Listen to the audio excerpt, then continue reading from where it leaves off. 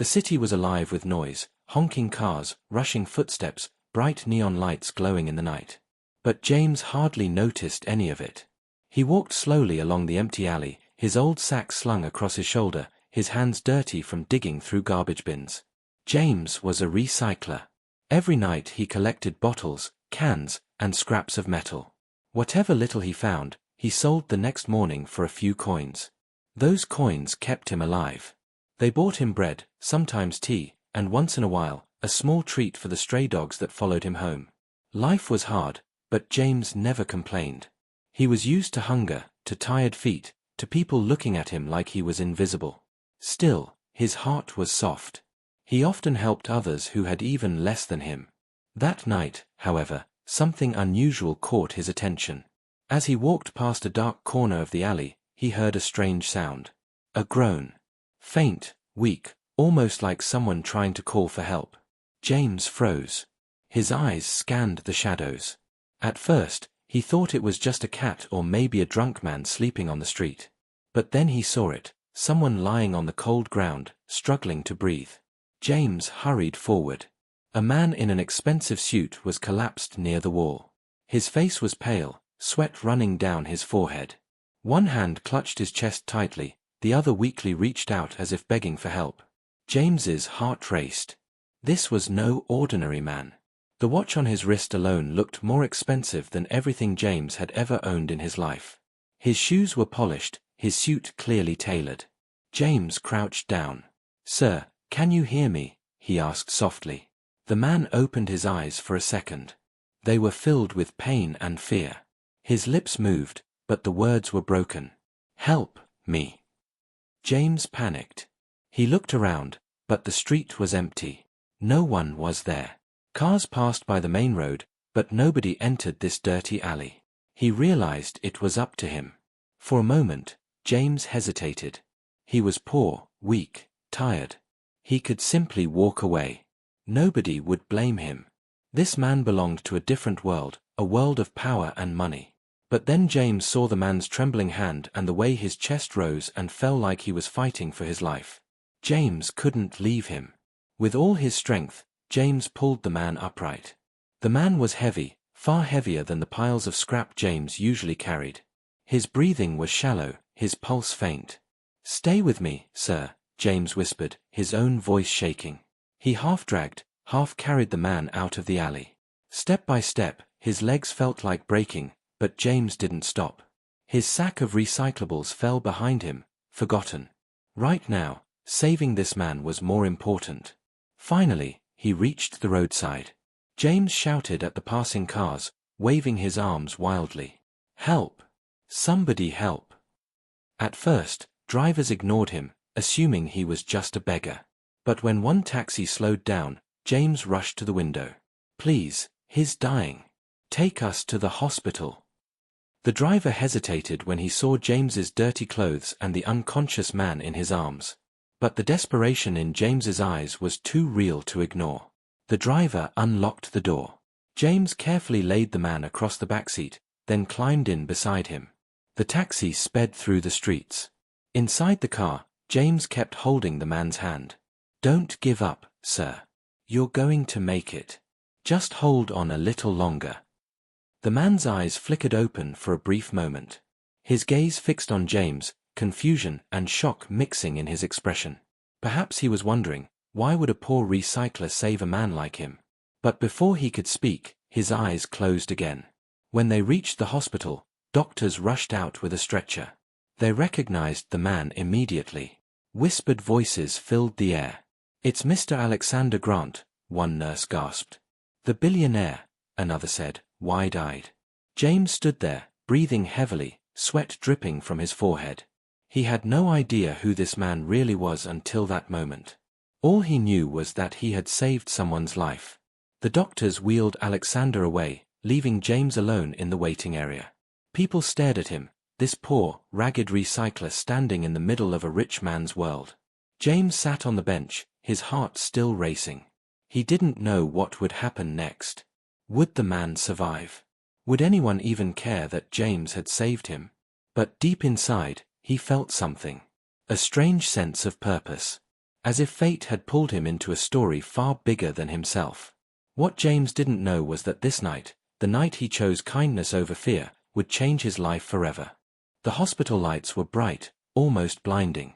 James sat on a wooden bench in the waiting hall, his hands still dirty from the streets. His sack of recyclables was gone, left behind in that dark alley. For a recycler like him, that sack meant his food for tomorrow. But right now, he didn't care. All he could think about was the man lying inside the emergency room.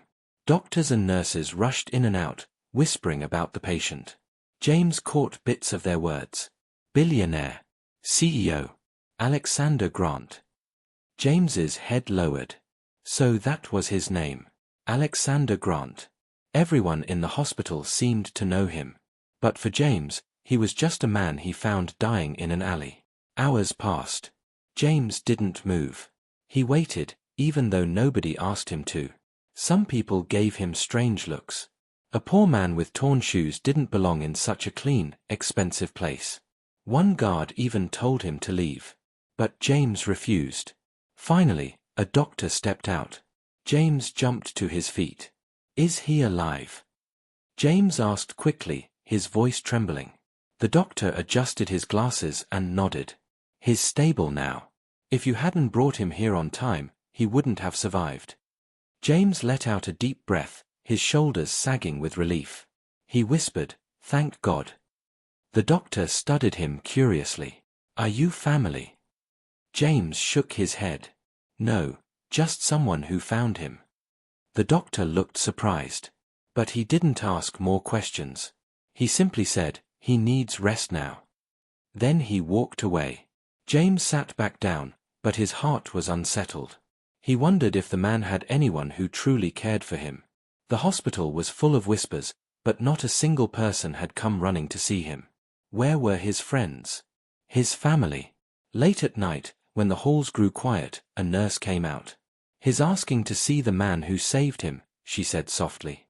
James blinked, shocked. "Me?"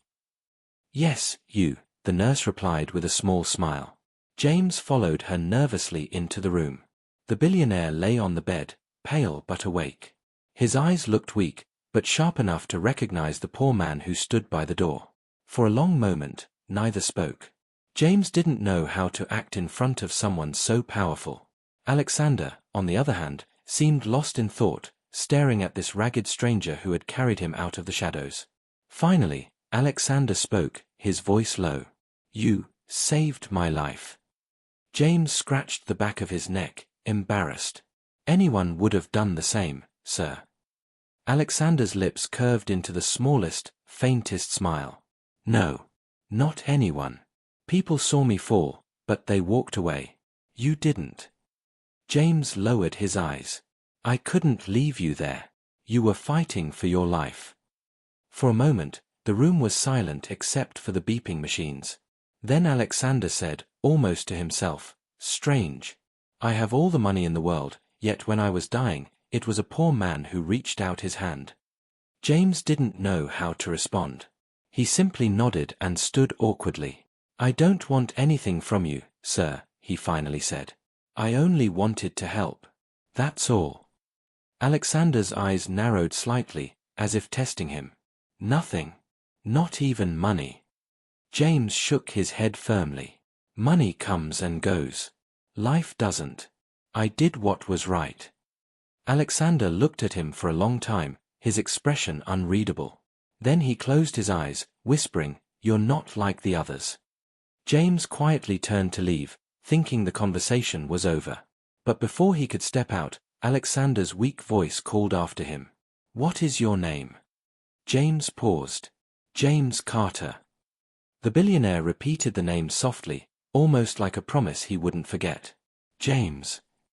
James walked out of the room, his chest strangely heavy. He didn't understand why this rich man's words touched him so deeply. Back in the hallway, nurses whispered again. "Who is that man?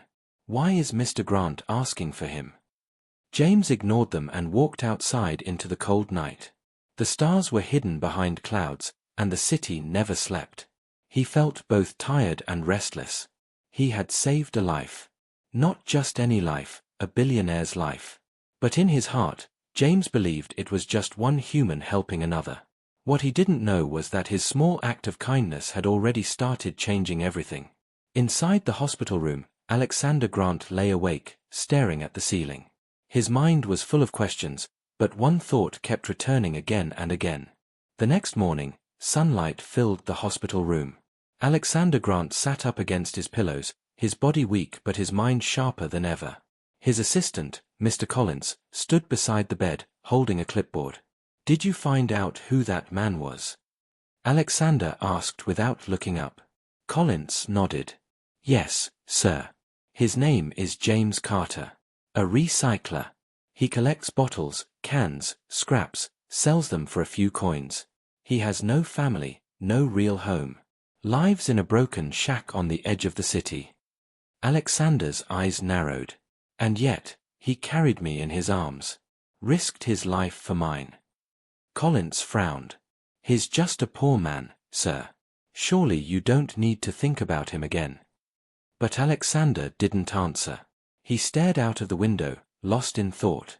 For the first time in years, he felt something he couldn't explain, respect for someone society ignored. That evening, Alexander sent Collins to follow James. He wanted to know more. Not about his past, but about who he really was. Collins was reluctant, but he obeyed. He watched James as the poor man pushed his cart through the streets, collecting bottles from trash bins. He saw James pick up an empty can and toss it into his sack, whistling softly to himself. But then something unusual happened. James spotted a stray dog limping near the garbage. Instead of chasing it away, James bent down and shared half of his bread with it. The dog wagged its tail, following him happily. Later, Collins saw James giving a broken toy he found to a crying child in the slums. The child's smile lit up the dark street. James walked away quietly, never asking for thanks. Collins returned to the hospital that night and reported everything. Alexander listened carefully, his expression unreadable. Then, with a quiet voice, he said, "Bring him to me." The next day, James received a surprising message. A car arrived outside his shack. Neighbors stared in shock as a driver stepped out, telling James the billionaire wanted to see him. James hesitated, nervous, but curiosity won. He climbed into the car, clutching his old sack like it was his only treasure. The car drove him through wide streets lined with tall buildings, finally stopping in front of a massive mansion. The gates were taller than anything James had ever seen. Inside, fountains sparkled, gardens stretched endlessly, and the mansion itself looked like a palace. James's mouth went dry. He had never stepped into such a world before. Servants looked at him strangely, some whispering, some laughing quietly at his worn-out clothes. But James kept his head high, though his heart pounded. Finally, he was led into a large hall where Alexander sat in a wheelchair, recovering but still looking powerful. James bowed slightly. "You called me, sir." Alexander studied him in silence for a long moment. Then he said, "Yes. Sit." James hesitated before sitting on the edge of a velvet chair, feeling completely out of place. Alexander leaned forward, his eyes sharp. "I wanted to thank you properly. But more than that, I wanted to know you.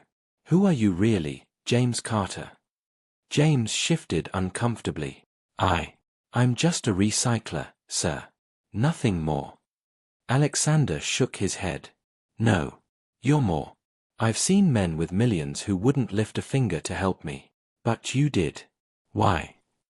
James lowered his eyes. His voice was quiet but steady. "Because you were a man who needed help. Not a rich man. Not a poor man. Just a man." The room fell silent. For the first time in years, Alexander felt something stir inside him, something he thought money had killed long ago. Humanity. James stood nervously, ready to leave. "I didn't mean to disturb you, sir. I'll go now." But Alexander raised a hand. "Wait.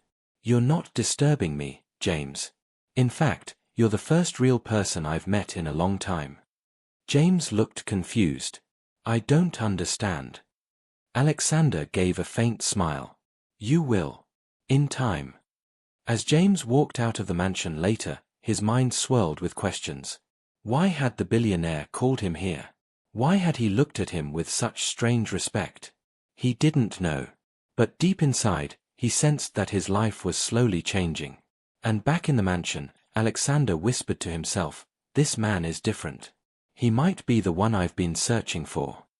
James couldn't stop thinking about the visit to Alexander's mansion. The golden chandeliers, the polished floors, the servants dressed in perfect uniforms, it was like another world. A world he didn't belong to. But why had Alexander spoken to him like that? Why had the richest man in the city looked at him with such respect? James tried to shake off the thoughts and return to his routine, pushing his cart through the streets, collecting bottles and cans. Life went on. Until, one morning, another black car stopped in front of him. The same driver stepped out. "Mr. Grant wants to see you again," he said. James blinked, confused. "Again? But why?" The driver only replied, "You'll know soon." This time, James was taken not to the hospital, but back to the grand mansion. As he stepped inside, the servants whispered again, some laughing quietly behind his back. "Why does Mr. Grant care about him?" one muttered. "He's just a recycler," another scoffed. James heard them, but he ignored it. He kept walking until he reached the large study room. Alexander sat behind a heavy oak desk, looking stronger than before. Papers were spread out before him, but his sharp eyes lifted the moment James entered. "James," Alexander said, his voice steady. "Sit down. We need to talk." James obeyed, though he felt nervous. His hands clenched the arms of the chair. Alexander leaned back, studying him. "I've been thinking about you. About the night you saved me. About the way you live. You have nothing, yet you are rich in ways that matter." James frowned. "Sir, I don't understand. I'm not rich. I barely survive." Alexander shook his head. "You don't survive, James. You live. You give. Even when you have nothing, you still share bread with stray dogs, toys with children. That is wealth, greater than all the money I own." James shifted uncomfortably. "That's just being human, sir." Alexander's eyes softened. "Exactly. And that's something I lost long ago." For a moment, silence filled the room. Then Alexander leaned forward, his expression serious. "I want you to work for me." James froze. "Work for you? As what, a servant?" Alexander's voice was firm. "No. Not a servant. I have enough of those. I want you to work by my side. Not to polish shoes or clean floors, but to advise me, to remind me of the things I've forgotten." James blinked in shock. "Me?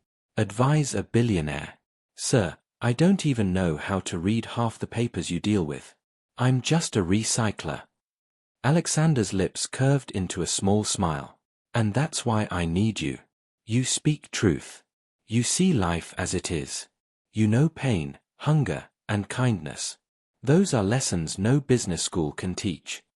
James's heart pounded. He didn't know what to say. At that moment, the door opened, and several people walked in, board members and advisors of Alexander's company. They stopped when they saw James sitting there. "Who is this?" one of them demanded, his voice sharp. "A recycler," another sneered. "Why is he here?" Alexander's tone was cold. "He is my guest." The men exchanged looks, then smirked. One of them laughed softly. "Surely you're joking, Mr. Grant. This man belongs to the streets. He doesn't belong in your mansion, let alone by your side." James felt his cheeks burn. He wanted to leave, to run back to the only world he knew. But Alexander's eyes stayed on him, steady and calm. "He belongs here more than any of you," Alexander said quietly, but with force. The room went silent. The board members muttered among themselves, angry but too afraid to argue. They bowed slightly and left the room, their footsteps echoing down the hallway. James looked at Alexander, stunned. "Why would you defend me like that?" Alexander leaned forward, his voice soft but firm. "Because you are the only one who didn't see my money. You saw me as a man. And right now, that's the kind of person I need by my side." James's throat went dry. His whole life, people had looked down on him. But here was the richest man he had ever met, offering him respect he never dreamed of. Still, James shook his head slowly. Sir, I don't know if I'm the right person. I'm not educated. I'm not polished. People will laugh at you. Alexander's eyes burned with conviction. Let them laugh. I've spent a lifetime surrounded by liars and greedy men in suits. And yet, when I was dying, none of them saved me. Only you did. That tells me all I need to know. James sat in silence, his heart heavy with doubt, but also with something new, hope. He didn't give Alexander an answer that day. But as he walked out of the mansion, he couldn't stop thinking about the offer. A recycler, asked to stand beside a billionaire. It sounded unbelievable. And yet, the feeling in his chest told him this was only the beginning of something far bigger than he could imagine. James lay awake that night in his small shack. The broken roof let the moonlight in, and the wind whistled through the cracks. His sack of bottles lay in the corner, and the stray dog he had fed curled at his feet. But James couldn't sleep. His mind kept replaying Alexander's words. Work by my side, remind me of the things I've forgotten. Why him? Why would a billionaire want a recycler as his advisor? It felt like a dream, or maybe a trap. The next morning, James was called again to the mansion. This time, he walked in with a little more confidence, though the whispers of the servants still stung his ears. Why is he back again? He looks so dirty. Mr. Grant must have lost his mind. James ignored them. He was led to a quiet room where Alexander sat near the fireplace, a blanket across his legs. His face looked older today, more tired, but his eyes were sharp. James, Alexander said softly, sit with me. I need to tell you something I've never told anyone else. James frowned but obeyed. He sat across from the billionaire, waiting. Alexander's voice was low, almost broken. Do you know why I was alone that night in the alley? Why no one came to help me, even though I have everything money can buy? James shook his head. Alexander looked into the flames, his face dark with memories. Because I have spent my life pushing people away. I thought money would protect me. I thought power would give me happiness. But in truth, it destroyed me. James listened quietly, his rough hands folded together. Alexander continued, I wasn't born rich.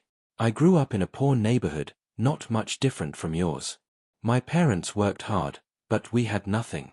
I swore to myself I would climb out of poverty, no matter what it cost.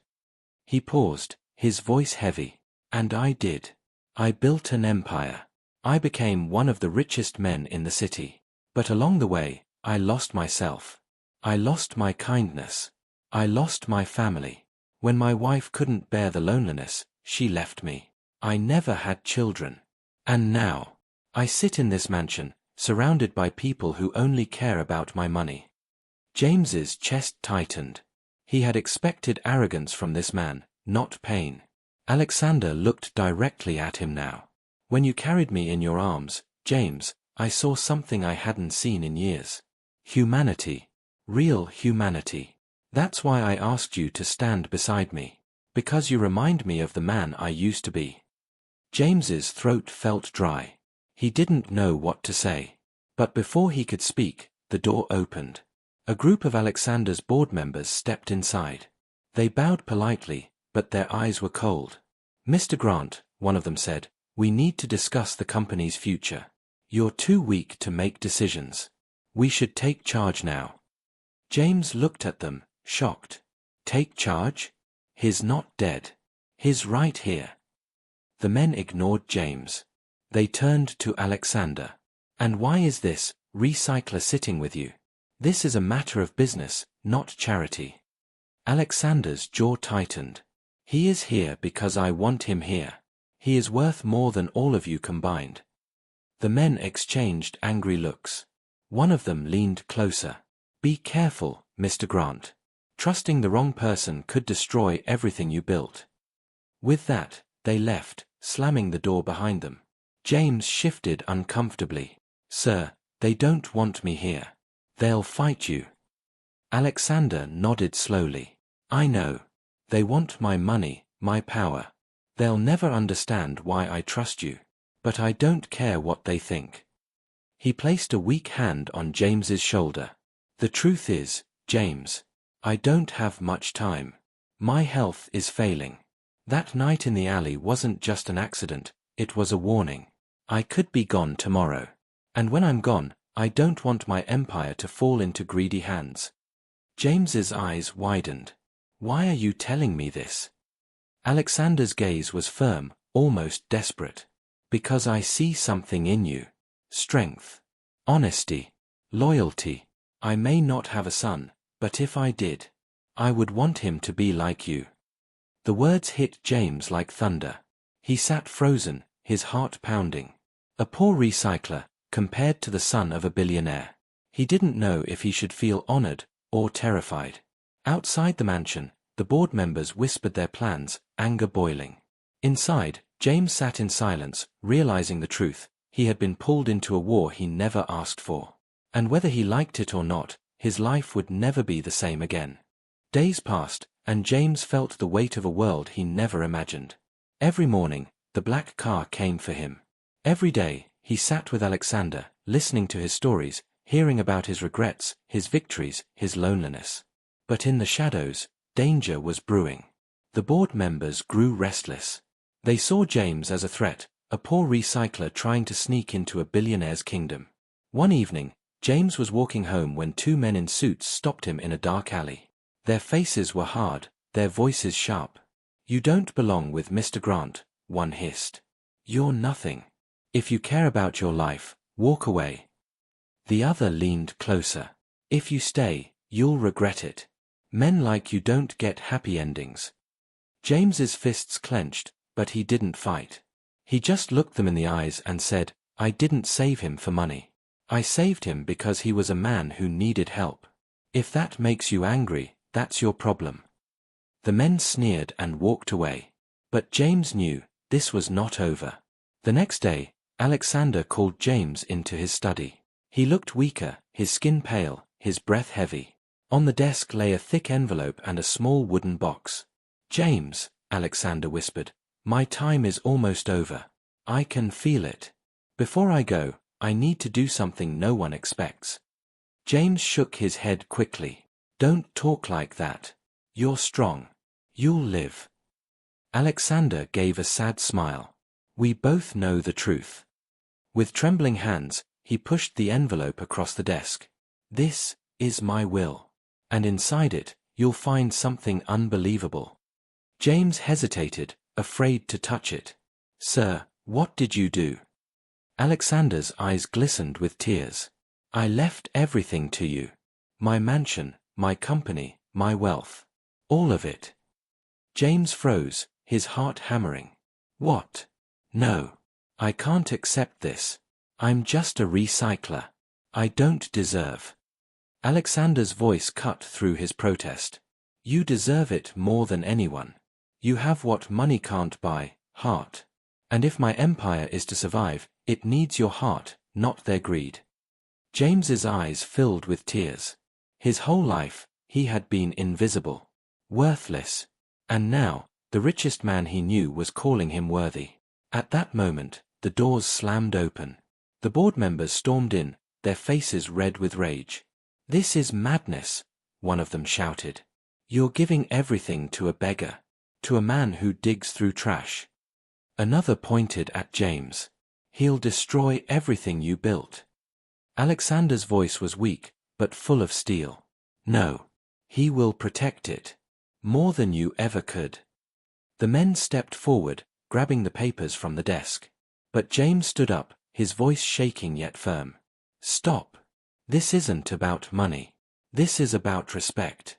You've had wealth all your lives, but you forgot kindness. You forgot humanity. I may be poor, but I will never forget." For a moment, silence filled the room. The board members stared at him, stunned by the fire in his words. Alexander coughed, his body trembling. James rushed to his side, holding him gently. With his last breath, Alexander whispered, "Remember, James, wealth is nothing without love. Take care of it, and never change who you are." His hand fell limp. His eyes closed forever. James's heart broke. He knelt beside the man who had once been untouchable, now gone like any ordinary soul. The funeral was grand, but empty of true tears. Businessmen came in black suits, whispering about profits, not about the man himself. But James stood there, silent, the envelope still in his pocket. He knew the truth, the fortune was his. But more than money, Alexander had left him something far greater. A lesson. A trust. A second chance at life. When the board tried to fight the will, the lawyers read Alexander's words aloud: "If you question this, then you prove yourselves unworthy. James is the only one who saw me as a man, not a bank. And that is why he shall inherit." The room fell silent. No one could argue against a dying man's wish. And so, the recycler became the heir of a billionaire. The city was shocked. Some laughed, some mocked, but others whispered with awe. James didn't change overnight. He still walked the streets sometimes, giving food to stray dogs, smiling at poor children. But now, he had the power to do more. He built shelters for the homeless. He funded schools for children who had nothing.